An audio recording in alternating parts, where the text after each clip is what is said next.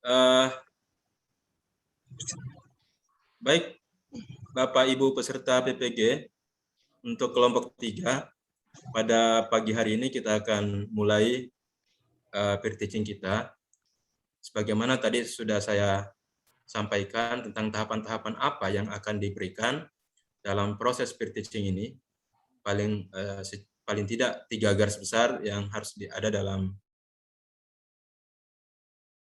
rekaman peer teaching kita itu. Yang pertama adalah kegiatan pembuka, kemudian kegiatan inti, dan yang terakhir kegiatan penutup. Itu yang paling utama ada dalam proses pembelajaran kita. Nah, untuk memulai peer teaching kita pada pagi hari ini, saya persilakan penampil pertama, yaitu Ibu Rimadani, dan kita yang ada di sini sebagai muridnya. Kita akan menjadi murid dari Ibu Rimadani.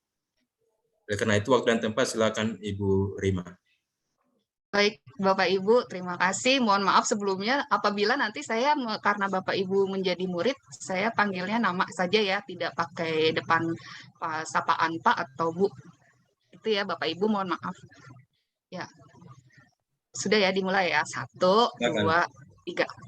Assalamualaikum warahmatullahi wabarakatuh. Waalaikumsalam warahmatullahi wabarakatuh. Selamat pagi anak-anak. Ketemu lagi bersama Ibu Rima ya. Bagaimana kabarnya hari ini? Alhamdulillah sehat, Bu. Alhamdulillah sehat, Bu. Coba Ibu mau cek perasaan kalian hari ini nih. Kalau misalnya kalian merasakan senang, pencet nomor 1 di kolom komentar. Kalau misalnya kalian merasa kurang senang, pencet nomor 2, ketik nomor 2 maksudnya. Kalau kalian merasa sedih, ketik nomor 3 ya. Coba dimulai dari sekarang. Diketik di ini. Oke, dari Pak Mustaqim senang. Adi senang banget. Fadli senang. Sri senang. Kemudian Riswa kenapa ini? Kok angkat tangan? Ada apa ini Riswa? Nggak bisa, Bu. Aku bisa, Bu. Oh ya udah nggak apa-apa.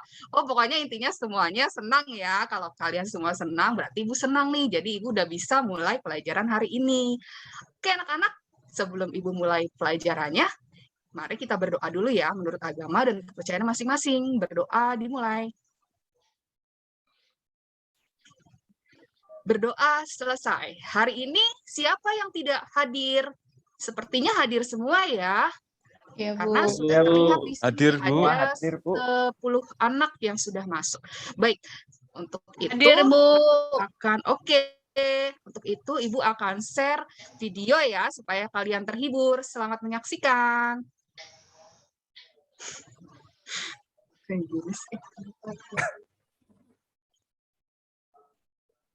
Oke, dari awal ya.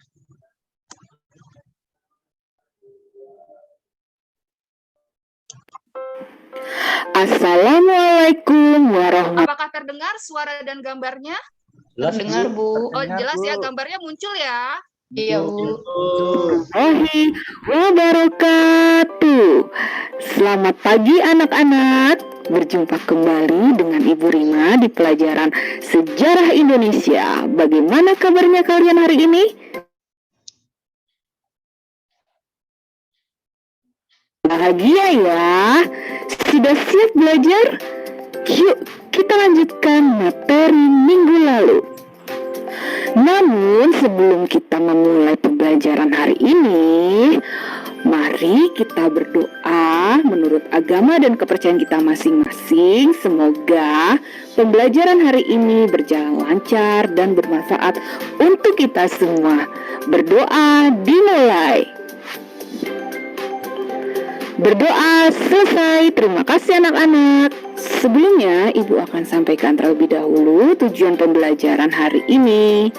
Tujuan belajar hari ini adalah setelah melihat video ini, peserta didik dapat membandingkan kebijakan, pedoman, penghayatan, dan pengamalan Pancasila dengan vaksinasi COVID-19 di Indonesia saat ini.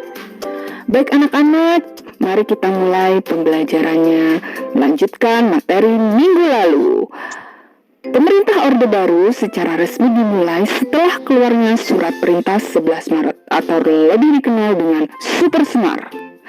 Pada awal pemerintahannya, Presiden Soeharto telah bertekad untuk mengamalkan Pancasila dan Undang-Undang Dasar 1945 secara murni dan konsekuen. Setelah menerima Super Semar dan menerima mandat dari MPR serta dilantik menjadi presiden, maka Presiden Soeharto menetapkan kebijakan-kebijakan politik dan pemerintahan. Kebijakan itu dibagi menjadi dua, kebijakan dalam negeri dan kebijakan luar negeri. Kebijakan dalam negeri diantaranya pembubaran PKI, kemudian penyederhanaan parpol dan pemilu. Selanjutnya, dui fungsi ABRI dan P4. Sedangkan kebijakan luar negeri adalah menghentikan konfrontasi dengan Malaysia, masuknya kembali Indonesia ke dalam PBB, dan menjalin hubungan bilateral dan multilateral. Baik anak-anak, sebelum kita ke slide selanjutnya, Ibu akan mengadakan kuis ya. Nah, kuis ini bagi anak-anak yang bisa menjawab akan mendapat tambahan nilai di ulangan harian nanti. Jadi, kalian aktif menjawab ya, supaya nilai kalian di ulangan harian nanti bisa ditambahkan dari kuis ini. Oke? Oke, Bu. Oke. Kita mulai ya. Nah, ini kan kondisi politik dan pemerintahan Orde Baru. Pada waktu itu, Presiden Soeharto itu menerapkan dua kebijakan. Kebijakan negeri dan kebijakan luar negeri. Kebijakan dalam negeri itu ada pembubaran PKI. Maksudnya apa sih? Ada yang bisa jawab nggak? Ayo, diangkat tangannya dan dinyalakan mikrofonnya.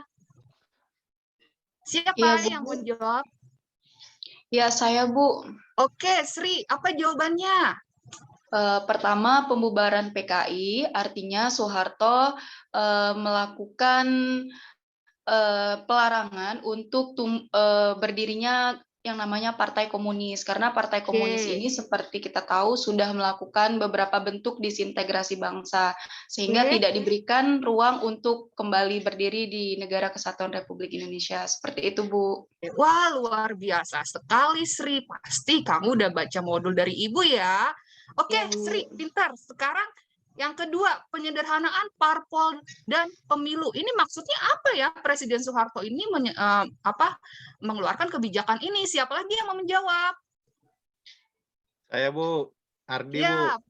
Ardi ya. Oke, silakan Ardi. Jawabannya apa? Ya, penyederhanaan parpol, jumlah parpolnya dibatasi, Bu. Hanya 3 saja. Oke, maksudnya apa? Ya, biar stabilitas keamanan juga, Bu. Jadi parpolnya hanya 3 tuh, Golkar, gitu. PDI, sama P3, Bu.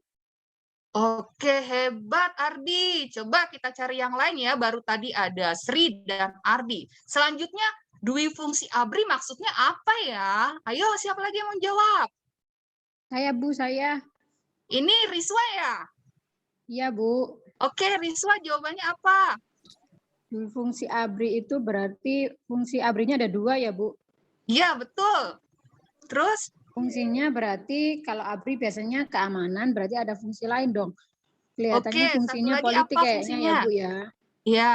Oh, ikut serta dalam pemerintahan.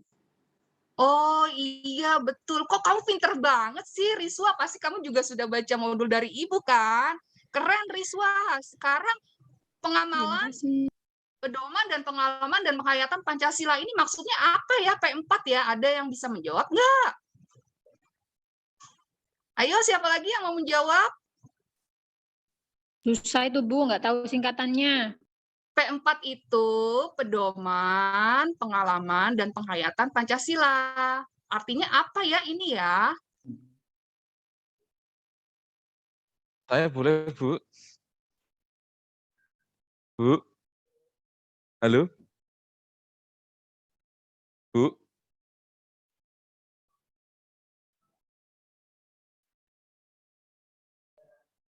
Halo, Bu? Iya, ini Guntur ya? Iya, Bu. Oke, Guntur, coba. Kalau menurut saya, Bu, itu penanaman nilai Pancasila di dalam kehidupan sehari-hari, Bu. Jadi maksudnya diterapkan. Apa? Maksudnya apa ketika waktu itu diwajibkan untuk P4 itu maksudnya apa ya kira-kira?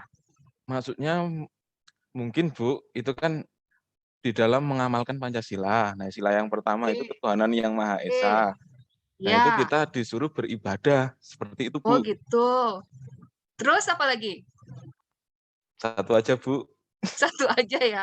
Terus apa hubungannya dengan PKI ya? Bisa ada P4. Siapa lagi yang mau menjawab? Guntur udah bagus jawabannya tadi. Siapa lagi? Saya, Bu.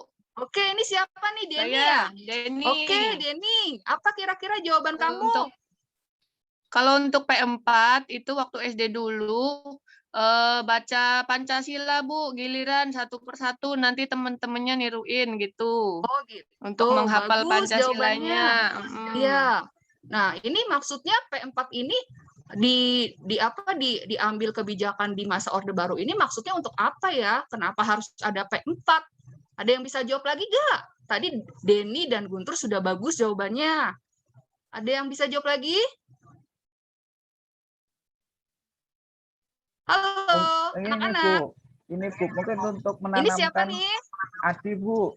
Oh, Adi, iya. Adi ya. Untuk menanamkan nilai-nilai Pancasila kepada masyarakat, sehingga kalau dihubungkan dengan PKI itu agar nilai-nilai PKI atau Partai Komunis itu tidak hidup lagi di masyarakat, sehingga yang hidup itu Pancasila, Bu. Buat Adi, jawabannya betul. Oke ya, Adi, Guntur, dan Riswa dapat tambahan nilai. Nah, sekarang di kebijakan luar negeri nih, menghentikan konfrontasi dengan Malaysia. Memang Indonesia pada waktu itu dengan Malaysia kenapa ya? Ada yang bisa jawab nggak? Ayo yang belum jawab nih, Ibu panggil ya satu-satu ya. Jauh, coba. Saya, Bu. Ini siapa? Mustaqim. Siapa? Mustaqim. Oh, Pak Mustaqim ya, silakan Mustaqim. Ya, saya pernah baca itu ini karena Bung Karno waktu itu tidak setuju dengan Malaysia dimasukkan menjadi anggota PBB kalau nggak salah. Oke. Seperti itu. Iya, itu saja Bu mungkin. Itu saja. Oke. Apalagi kira-kira jawabannya? Yang lain? Mustaqim udah keren. Yang lain coba yang belum jawab pertanyaan dari Ibu nih. Coba sekarang Jaud, Ibu mau tahu nih jawaban dari Jaud apa nih kira-kira? Halo, Jaud, adakah? Halo, ada Bu. Iya, apa Jaud kira-kira jawabannya? Kenapa Indonesia menghentikan konfrontasi dengan Malaysia? Dulunya emang kenapa Indonesia dengan Malaysia ya?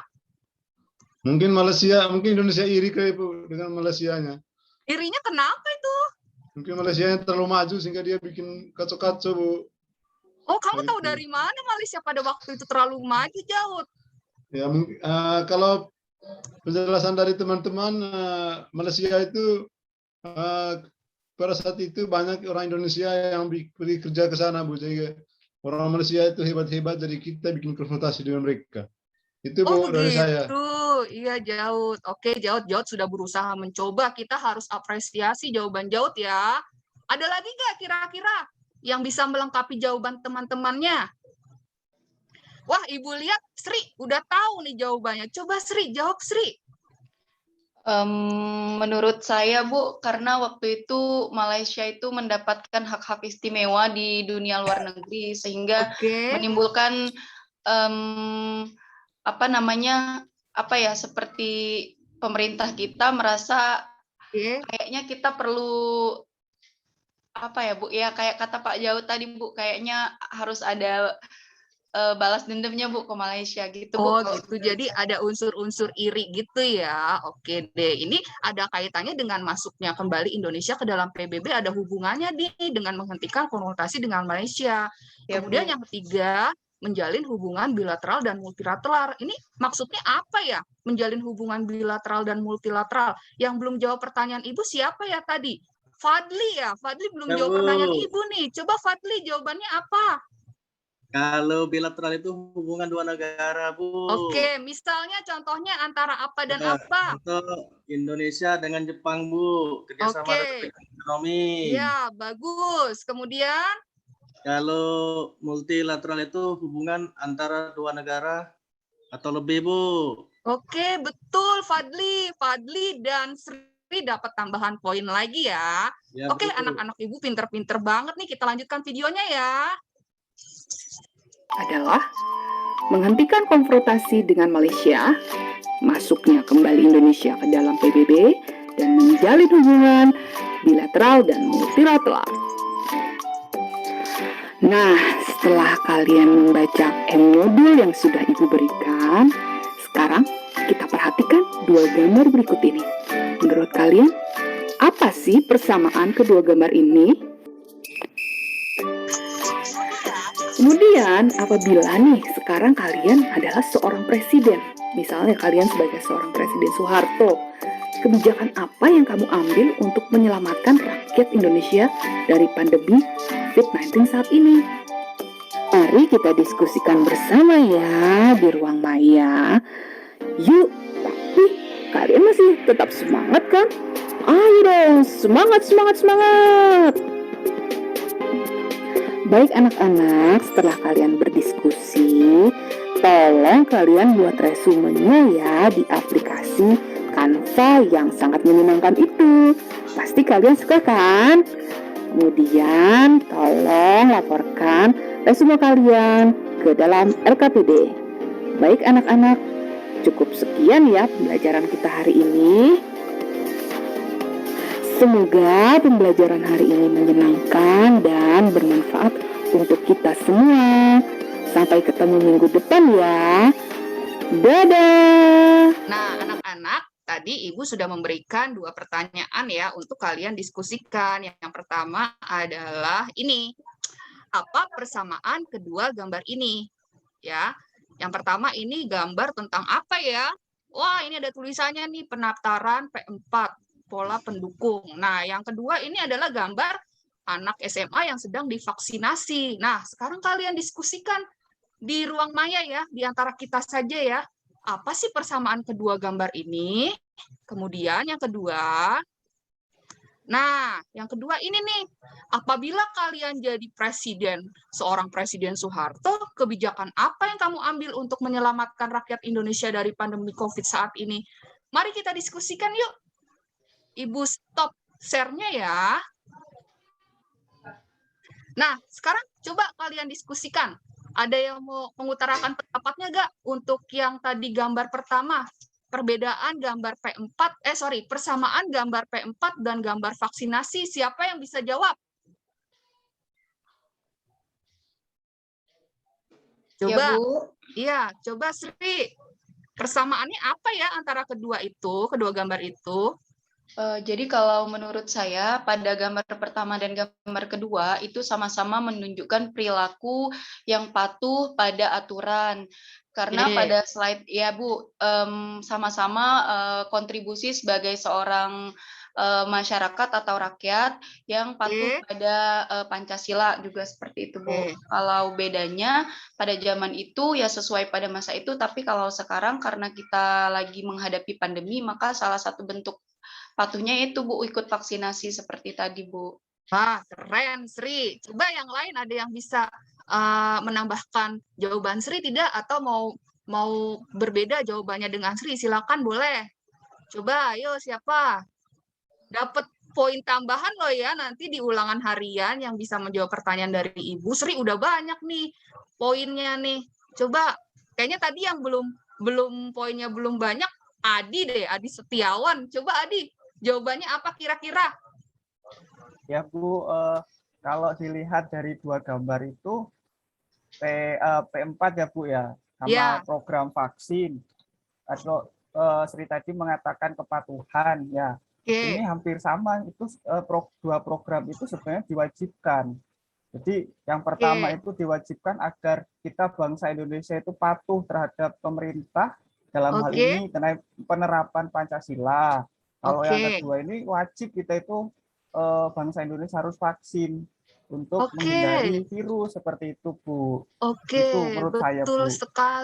Betul sekali jawaban Sri betul dan jawaban Adi juga betul. Wah, sepertinya untuk pertanyaan pertama sudah cukup baik ya kalian menjawabnya. Sekarang kita ke pertanyaan kedua ya tadi ya. apabila kalian jadi seorang presiden, kira-kira kebijakan apa yang kalian ambil untuk menyelamatkan rakyat Indonesia pada saat pandemi saat ini? Siapa nih kira-kira yang cita-citanya jadi presiden? Wah, kayaknya Fadli nih, udah siap nih. Jawabannya apa, Fadli? Wah, abis Fadli Guntur ya. Fadli kira-kira jawabannya apa nih?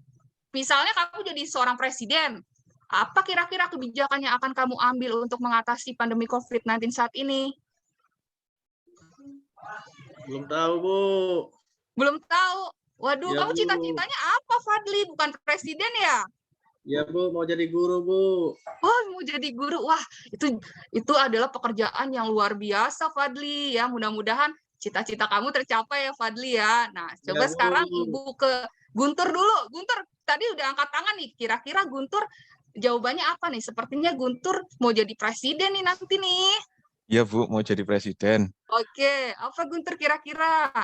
Kalau Keren. saya jadi presiden, Bu ya, Iya. yang saya lakukan untuk mengatasi COVID-19, Oke. yang pertama, menaati prokes, Bu, protokol Prokes, iya kesehatan. betul.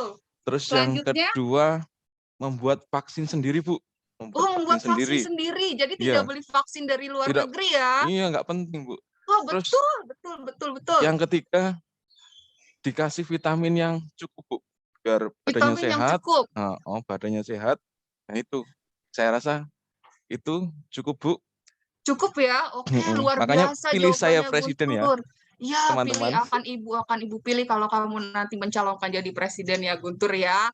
Coba sekarang ya untuk yang anak-anak yang perempuan nih yang belum kasih jawaban, kan nanti perempuan juga bisa jadi presiden ya.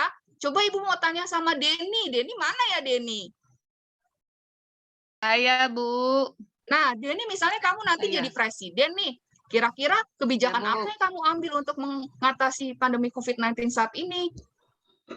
Kalau saya jadi presiden, Bu, nanti saya ambil kebijakan ini. Saya tutup akses dari luar negeri masuk ke dalam dan dari dalam masuk ke luar negeri, Bu. Wah, kayak kan peristiwa tirai bambu ya dulu ya. Karena kan ini, Bu, ini virus corona ini kan dari luar negeri, Bu, bukan dari Indonesia. Gitu. Jadi saya tutup dulu itu akses yang untuk dari luar negeri masuk ke Indonesia gitu. Oke, Biar virusnya nggak ikut keren masuk, jawabannya. Bu. Oke, coba sekarang Ibu tanya sama teman-teman yang lain, setuju gak dengan kebijaksanaan yang akan diambil oleh Denny? Ayo, yang tidak setuju silakan utarakan pendapatnya. Kita katanya harus menutup akses dari luar negeri dan kita nggak boleh keluar negeri juga. Setuju gak kira-kira teman-teman yang lain? Ayo, setuju semua ya sama Denny ya? Setuju, Bu. Setuju, Bu. Setuju. Ya, setuju. Nanti kalau kita aksesnya ditutup, perekonomian kita gimana dong? Nggak maju dong. Kan lain, Bu. Kalau perekonomian kan lain. Maksudnya yang misalnya mau keluar jalan-jalan atau apa gitu. Kalau ekonomi mah ekspor impor mah tetap, Bu. jalan ya. Oke, baik. Iya, itu berarti kan barangnya yang keluar, bukan orangnya. Mungkin orangnya nggak pariwisatanya boleh, aja, Bu. tapi barang masuk dan barangnya keluar itu boleh. boleh ya. Oke, Iya, betul. pariwisata Oke, kayaknya Ardi mau berkomentar nih. Kira-kira apa komentarnya Ardi? Itu tadi menambahkan, Bu, pariwisatanya saja sepertinya. Oh, jadi yang dibuka pariwisatanya saja. Yang ditutup. Oh, yang ditutup, tapi yang lainnya enggak ya? Ya, Bu. Sama ini, Iya, Bu. padahal, Sama kenapa? budidaya tanam jahe, Bu. Biar semua bisa budidaya tanam minum jahe. jahe. Oke. Kenapa ya Ardi punya pikiran budidaya tanam jahe? Saya Karena setuju itu, Bu. menghangatkan, Bu. Jadi kalau badannya hangat, coronanya hilang, Bu. Oh gitu. Sudah ada penelitian kah Ardi? Nah, nanti Ardi kan sudah meneliti itu kah? nanti Pak Guntur kan mau itu mengambil tenaga-tenaga hebat yang dari luar negeri, orang Indonesia yang kuliah di luar negeri. Nanti dia buat penelitian itu, Bu. Wah, keren Ardi dan Denny, keren. Anak-anak Ibu semuanya keren. Nah, sepertinya sudah bagus nih jawabannya. Nah, sekarang kalian tinggal menuliskan jawaban kalian atau melaporkan jawaban kalian di dalam resume ya, di aplikasi Canva. Nah, Ibu tunggu jawabannya sampai jam berapa ya kira-kira kalian membuat kanvanya kan tidak terlalu lama. Nanti tugas asinkronus aja ya. Nanti tolong dikumpulkan di email Ibu. Email Ibu akan Ibu bagikan di WhatsApp grup ya. Oke anak-anak, karena waktu kita sudah mau selesai, pembelajaran kita hari ini Ibu cukupkan sampai sekian ya. Kalian semua luar biasa. Hari ini Ibu senang belajar dengan kalian. Begitu juga Ibu harapkan kalian senang belajar hari ini. Senang tidak belajar sama Ibu hari ini? Senang, Bu. Senang. Tangan dong, tepuk tangan. Oke, makasih. Semoga hari ini menyenangkan dan ilmu yang kita pelajari bermanfaat ya anak-anak. Sekian dari Ibu. Terima kasih. Sampai ketemu minggu depan. Wassalamualaikum warahmatullahi wabarakatuh. Selamat pagi. Dadah. Waalaikumsalam warahmatullahi wabarakatuh. Terima kasih Ibu. Ya, baik. Ini saya stop Silakan dulu, di stop. Pak. Stop dulu ya. Oke.